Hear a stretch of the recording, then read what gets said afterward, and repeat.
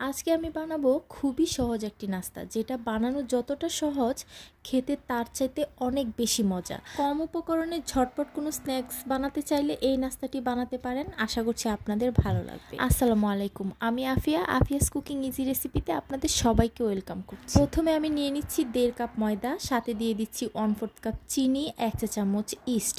এবার এগুলোকে আমি হালকা করে মিশিয়ে নিব। এরপর এখানে দিয়ে দিব স্বাদ মতো লবণ, সামান্য একটু লবণ দিয়ে দিচ্ছি।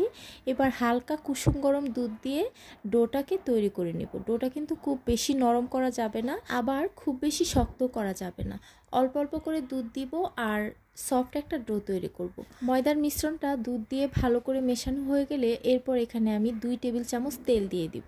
তেলটা দিয়ে আবারও ভালোভাবে ময়দার সাথে খুবই ভালো করে মিশিয়ে নিতে হবে। ডোটা তৈরি করার জন্য এখানে আমি 1 কাপ লিকুইড দুধ নিয়েছিলাম। এখান থেকে আমার যেটুকু দুধ লেগেছে আর বাকিটা রয়ে গেছে, এটুকু আমি পরে আবার এই রেসিপিতেই কাজে লাগাবো। এবার আমি ডোটাকে রেস্টে রেখে দিয়েছিলাম 15 মিনিটের জন্য। এটাই কিন্তু ফুলে ডাবল করানো যাবে না। 15 মিনিট পরেই আমি এই ডোটাকে আবারও নিয়ে নিলাম। এরপর দেখতে পাচ্ছেন হালকা একটু মথে নিয়ে এবার ডোটাকে আমি একটু ভালো করে হাত দিয়ে ময়ান দিয়ে নেব। এরপর এই ডোটাকে আমি এরকম লম্বা এবং মোটা করে একটা রুটি বেলে নিব। আর রুটিটা দেখতে পাচ্ছেন 4 কোনা হবে।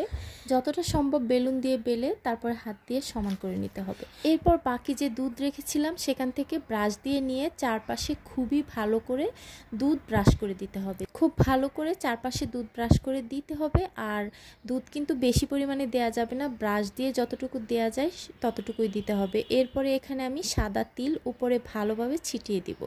সব দিকে যাতে সমানভাবে তিলগুলো ছড়িয়ে পড়ে সেদিকে অবশ্যই খেয়াল রাখতে হবে। এবার হাত দিয়ে চেপে চেপে তিলগুলোকে ভালো মতন রুটির উপরে সেট করে দিব।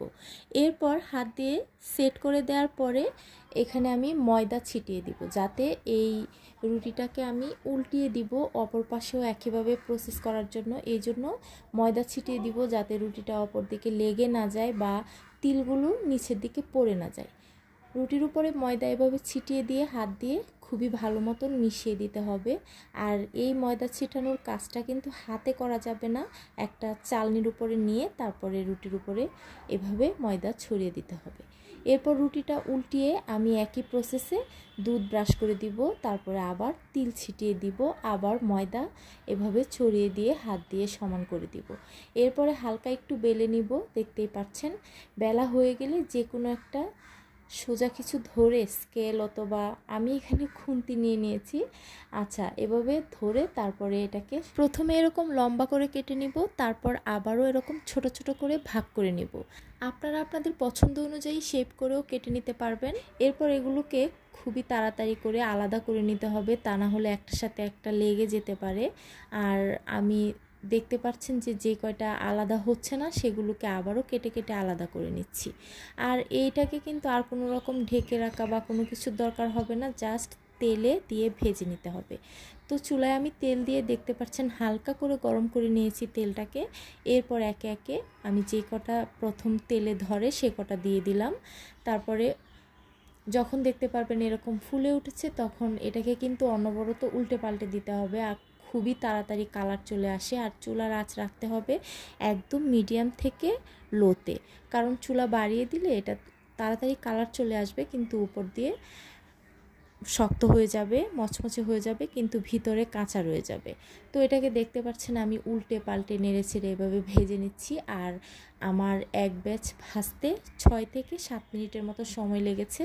আর দেখতে পাচ্ছেন কালারটা কত সুন্দর হয়েছে মাশাল্লাহ। তবে ভাজার সময় চুলার কাছে দাঁড়িয়ে বারবার নেড়ে ছেড়ে উল্টে পাল্টে তারপরে ভেজে নিতে হবে।